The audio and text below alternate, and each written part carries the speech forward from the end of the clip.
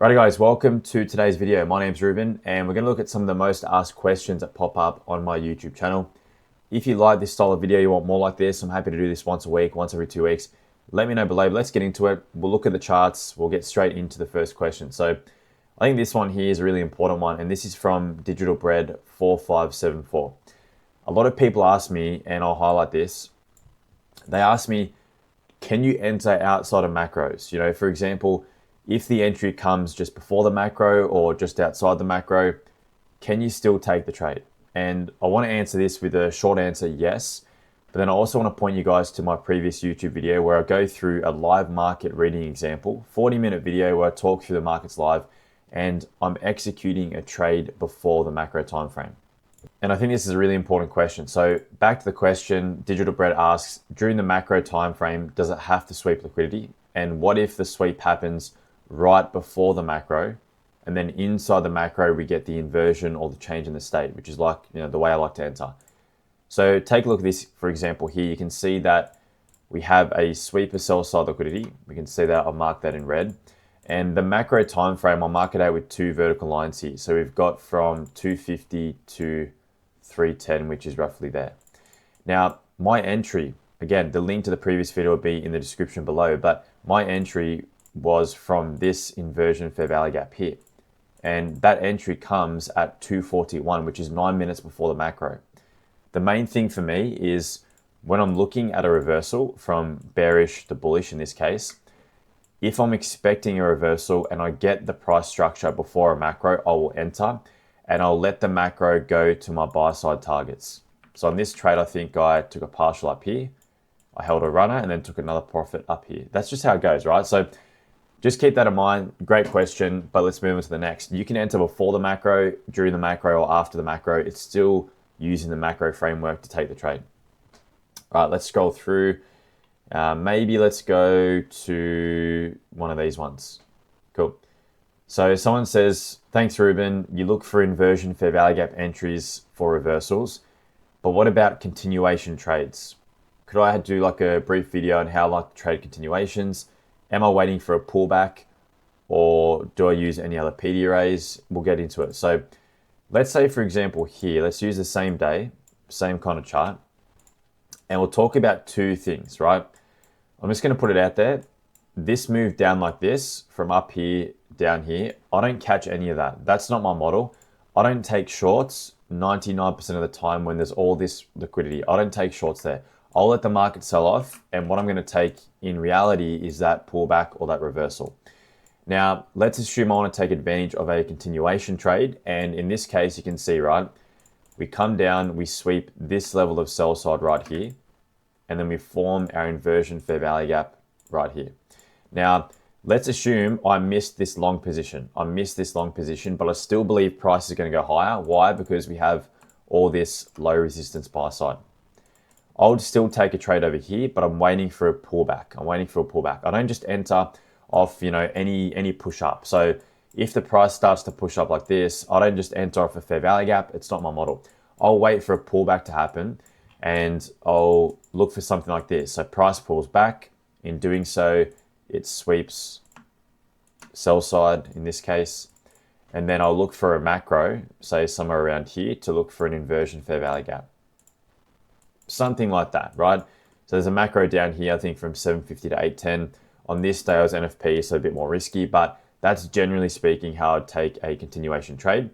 And the same would apply to any other given day. So, you know, if the price does this, I'm not entering off the pullback here. I don't care.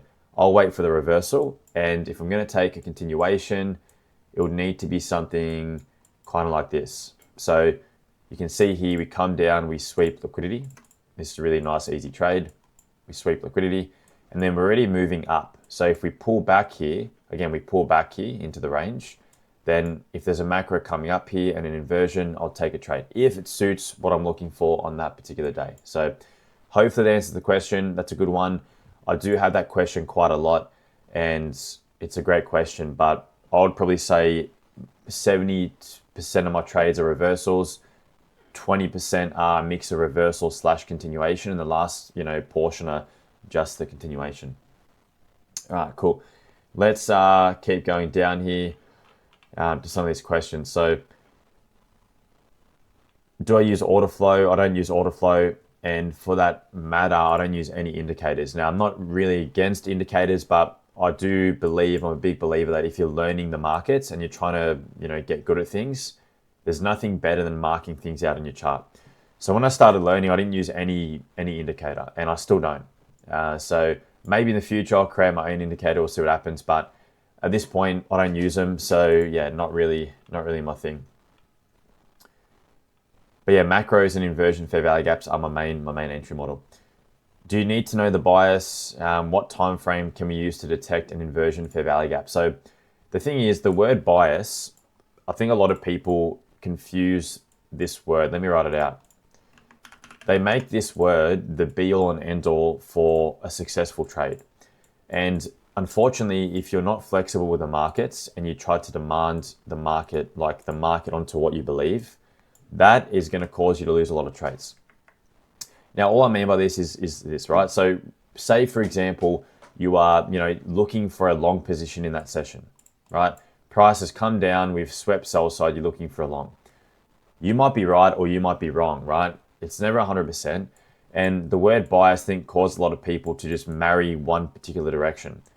And too many people I see say, oh, I'm only taking longs, I'm only taking shorts, but they're not really flowing with what the market's doing. So I approach every session pretty much neutral. Sometimes the market will tip its hand to me in a certain way that I'm favoring one direction over the other. But the best way to put it is, with bias or narrative, all I need to know is what's the most likely direction in the next half an hour to the next hour. That's all I need to get good at. If you're scalping, if you're trading macros, that's all you need to know. When price is down here, I really couldn't care where the day closes. I don't care where the day closes. I don't do even, pre-market analysis for the week. I don't do weekly outlooks. I don't do that. Daily outlooks, potentially, but weekly outlooks don't do that because it's such high time frame that anything could happen in that time frame.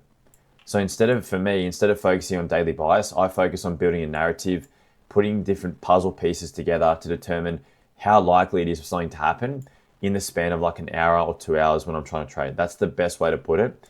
But it's a really, really good question that you got there too. What confluences, for any Asian session traders, what confluences do I use for entering during the Asian session? I mean, it's all the same. Like if you go to any session, honestly, you can trade it all the same. So have a look back here. This is from the 1st of May, good case study. And have a look here, right? So in this case, we sweep sell side liquidity right here.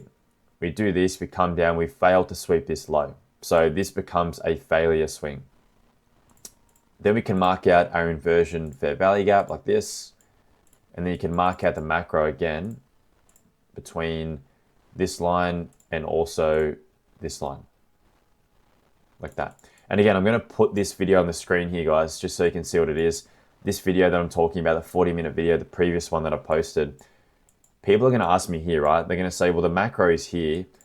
If you enter here, well, you're not using the macro. Yes, you are, because the macro has accumulated, manipulated, and now we're looking for the distribution move, right? So again, that is still a very valid trade, and it doesn't matter if you trade the Asian session, the New York session, the PM session. I've traded all these sessions, guys, with macros. That's the thing. And if you want to learn this stuff, I've got plenty of information on my YouTube channel, but anything I talk about for the London session, it applies to any session. We could scroll out, we could go back to any other session, and you can see that, macros will work. There's a macro here. It's very random how price goes from bearish to bullish. The macro pivots, right?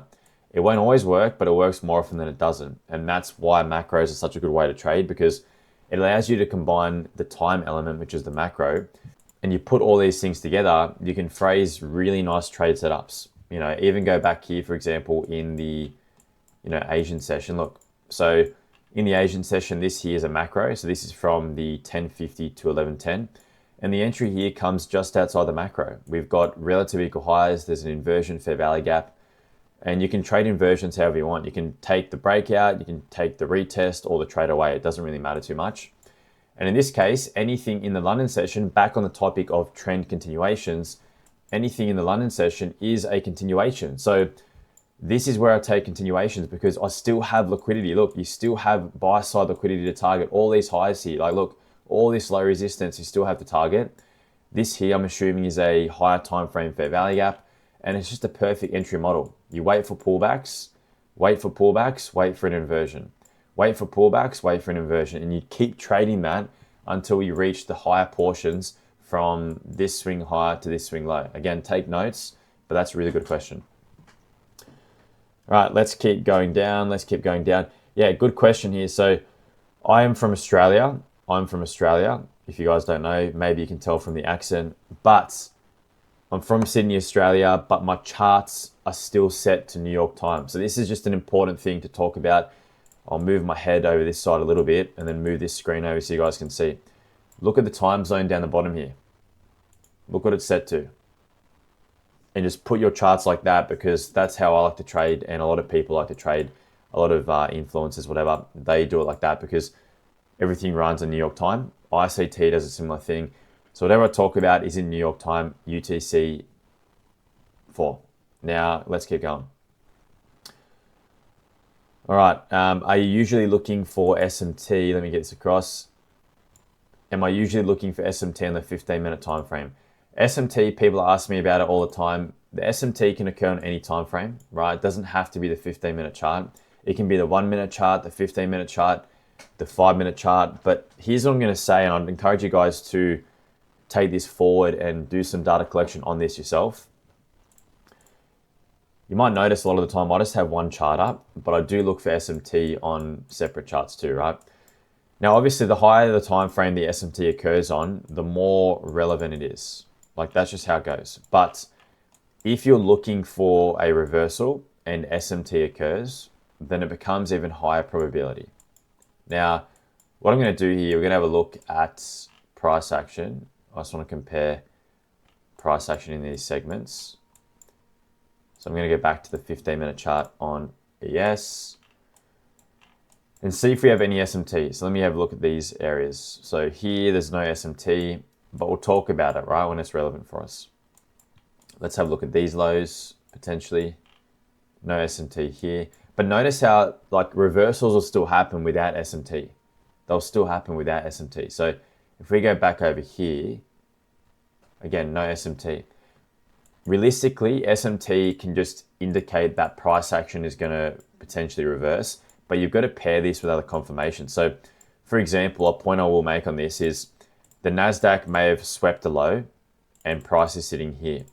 ES may have done this, right, and not swept that low, but I'm looking for some kind of reversal. Why? Because maybe down here there is a 15-minute fair value gap, for example, and down here there's a 15-minute fair value gap. Now, in this case, a lot of people say, well, take the trade on ES because ES is making the higher lows, NASDAQ's not, but I only trade the NASDAQ chart. So SMT here, one makes a higher low, one makes a lower low. For me, it doesn't matter which one it does. If there's SMT, I just use it as a further confirmation for my trade. And SMT inside of a higher time frame fair value gap is very high probability. Pair that with a macro. Again, take notes, a macro down here, an inversion fair value gap, and low resistance. You've got a really good entry model. Write that down. But yeah, write that down, study this. Again, study these things and look for examples. This person here says, thanks for the video. How is it possible to be profitable with a one-to-one? Well, risk management is a big topic. It's a big topic that people ask me about, and some people, including myself, have had challenges in the past with just a one-to-one risk to reward, and people that I work with, the same kind of deal. Now, here's the thing.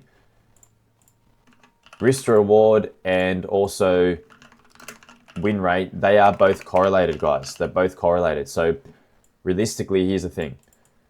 If you have a one-to-one risk to reward, you have to have a high win rate. If your win rate is like 50%, you're not going to be that profitable with a one-to-one risk to reward. And this is why I always preach to people the following risk management strategy. So write this down. If it's your first trade and you believe price can run a little bit, take a partial at one-to-one and then hold a runner, right? Take a partial at one-to-one and hold a runner. This pays you as a trader, but it also allows you to capitalize on bigger moves in the market, right? If it's not your first trade, if you've taken a loss already, you've taken one loss, The next trade you take, use that trade to come back to break even. That should be your goal. If you lose the second trade, well, it depends on how much you've lost in the first trade, right? If you've done 2 full losses, you're done for the day. If they're reduced losses, you can come back for that third trade. And what's that third trade going to do? That third trade, the goal is to come back to break even. You can always come back later. There's macros every hour or the next day and try to bring that account back into profit. But that's what I do. Because if you have a win rate like this or 60%, whatever it is, you can take a partial and then hold a runner. And again, I'll point you guys back to that same example because it's a really, really, good illustration of what I'm talking about.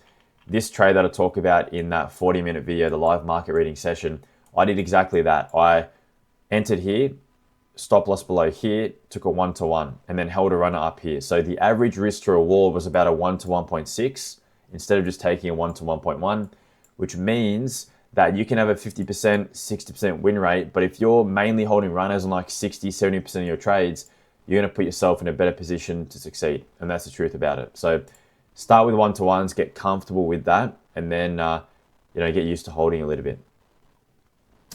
Cool. Does it work in Forex? Everyone asks me this. Yes, it works in Forex, gold, Bitcoin. People trade it like that too. That's fair enough. These are from a few months ago. I'm going to scroll back a little bit further here, guys, and I do appreciate if you're still here in this video. I mean, it's something a little bit different, but some of these questions might answer things for you, So let's have a look. A lot of people ask me this. A lot of people ask me these questions. Can you enter outside of the macro? And again, yes, yes, and yes. You can do that. They do work in Forex. Again, let's keep going through. Now we're going to 5-6 months. Cool. So someone asked here, this is a good question. And we'll answer these two. Within the macros, do you use different time frames to provide confluence? For example, does a fair value gap or an inverse on the 5-minute provide higher levels of confluence? To be quite honest with you guys, I'll look at the 5-minute and the 15-minute as my basis, right? And then if price respects, say, a 5-minute or a 15-minute FEG, then I'll use it as a framework. So for example, here, if we go back to replay mode, and you'll see in the video anyway, link in the description, we go back here, you can see that price respects this 15-minute FEG, right? It respects this 15-minute FEG. So when price taps into that and we are approaching a macro, I'll become interested. It's better to put in, simplistic terms, it's better if there's a high time frame context to the trade. However, if there's no high time frame context, I use the dealing ranges like premium and discount. So if we are in premium, I'm looking for sells. If we're in discount, I'm looking for buys. That is 90% of the trades, right? 90%, and that will get you out of a lot of, sticky, tricky situations is what I'd say. All right, this is 7 months ago, and I did reply to this, but this might be relevant to some people here too, right? This person says, they've been trading for almost a year now.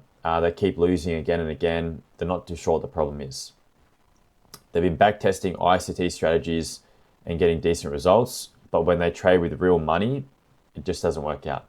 I've been losing money and I'm struggling, and a lot of people, struggling with this financially, psychologically based, and then obviously a funded account being down 2%, whatever it might be. Now, here's the thing, right?